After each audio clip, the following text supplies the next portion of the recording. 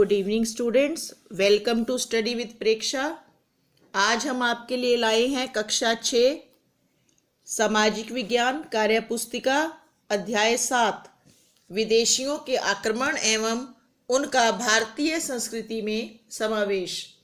बच्चों, आपको ये पाठ पढ़कर पता चल ही गया होगा कि भारत में अंग्रेज़ों, मुगलों और अन्य इस्लाम धर्म के शासकों से पहले भी विदेशी शक्तियों ने भारत पर आक्रमण किए, लेकिन वो शक्तियां भारत की सभ्यता और संस्कृति से प्रभावित होकर यहीं के जीवन में शामिल हो गए थे।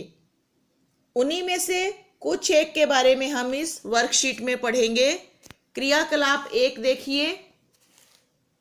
प्रश्न नंबर 1 है, कुषाण शासक कनिष्क धर्म सहिष्णु था, कैसे? कुषाण शासक कनिष्क ने बौद्ध मत से प्रभावित होकर इसे अपनाया था। उसने अपनी राजधानी पुरुषपुर में अनेक बौद्ध विहार बनवाए, परंतु उसकी मुद्राओं पर सभी देवी देवताओं के चित्र मिलते हैं, जो उसकी धार्मिक सहिष्णुता का प्रमाण हैं। दूसरा है, चित्र को देखकर बताइए कि ये क्या है। तो यह चित्र विदिशा नगरी में स्थित विष्णु ध्वज अथवा गरुड़ स्तंभ का है। यह एक इंडो ग्रीक राजा एंटिओलकिड्स के समय में 113 ईसा पूर्व बना था। उसने भागवत धर्म अपना लिया था और उसके गवर्नर हेलियोडोरस ने यह स्तंभ बनवाया था। ये आपकी पुस्तक में भी ये चित्र बना हुआ है। इन शब्दों के बारे में आप क्या जानते हैं?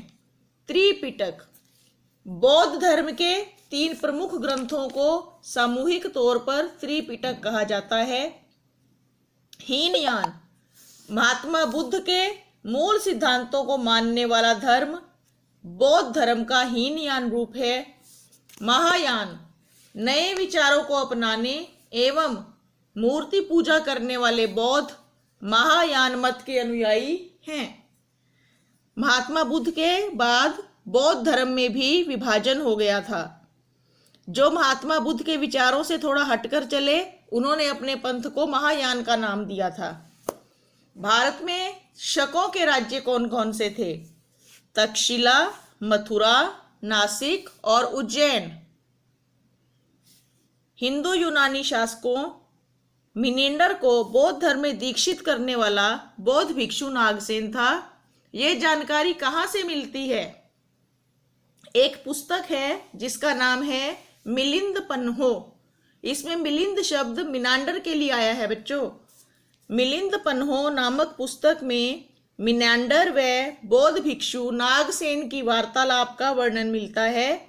इससे पता चलता है कि नागसेन से प्रभावित होकर मिनांडर ने बौद्ध धर्म अपना लिया था। पर्थिया का आधुनिक नाम बताइए, इसके बारे में जानकारी एकत्र करें। पर्शिया का आधुनिक नाम ईरान है। यहाँ शिया मुस्लिमों की संख्या अधिक है। यहाँ खनिज तेल का उत्पादन होने से समृद्धि है। इसकी राजधानी तेहरान है। क्रियाकलाप 3 में मिलान करें। जूनागढ़ अभिलेख रुद्रदमन, भीतरी स्तंभ लेख स्कंदगुप्त, मंदसौर अभिलेख यशोवर्मन विष्णुवर्धन, नागसेन बौद्ध भिक्षु, चतुर्थ बौद्ध संगीत कुंडलवन कश्मीर। भारत पर आक्रमण करने वाली विदेशी जातियों को उचित क्रम में लगाना है, बिल्कुल वैसे ही जैसे अमिताभ बच्चन केबीसी में कहते हैं, फास्टेस्ट फिंगर फर्स्ट। हूण, कुषाण, शक, इंडो ग्रीक। तो इसका सही क्रम है, सबसे पहले इंडो ग्रीक, फिर शक, फिर कुषाण और अंत में हूण। DCBA। चित्र में दिए गए सिक्के को देखकर आप क्या अनुमान लगा सकते हैं? तो ये सिक्का कनिष्क के पिता कैफिडिसस के समय का है। एक तरफ राजा बने हुए हैं और दूसरी तरफ नंदी के साथ शिव का चित्र है। इससे हम अनुमान लगा सकते हैं कि इस शासक ने शैव धर्म अपना लिया था और उसका प्रचार करने के लिए सिक्के चलाए थे। अब हमने रिक्त स्थान भरने हैं। पहले रिक्त स्थान में आएगा ईरानी। भारत पर सबसे पहले ईरानियों ने आक्रमण किया था। फिर अश्वघोष, महायान, नागार्जुन, यूची और महाविभाष प्राचीन बौद्ध ग्रंथों पर लिखी टीका है।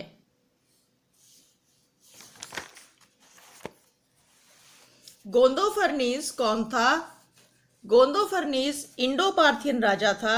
उसके पूर्वजों ने इंडो ग्रीक राजाओं से सिंधु व झेलम के बीच का भूभाग जीता था।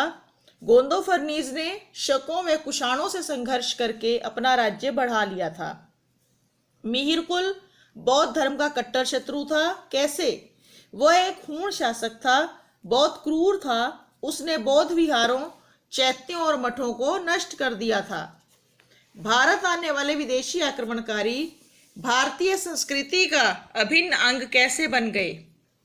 प्राचीन काल में भारत पर विदेशी जातियों, इंडो ग्रीक, इंडो पार्थियन, शक, कुषाण व हूणों ने आक्रमण किया, लेकिन ये जातियां भारत में हमारी संस्कृति, सभ्यता व दर्शन से प्रभावित हुई और भारतीय जनमानस में घुल मिल गई।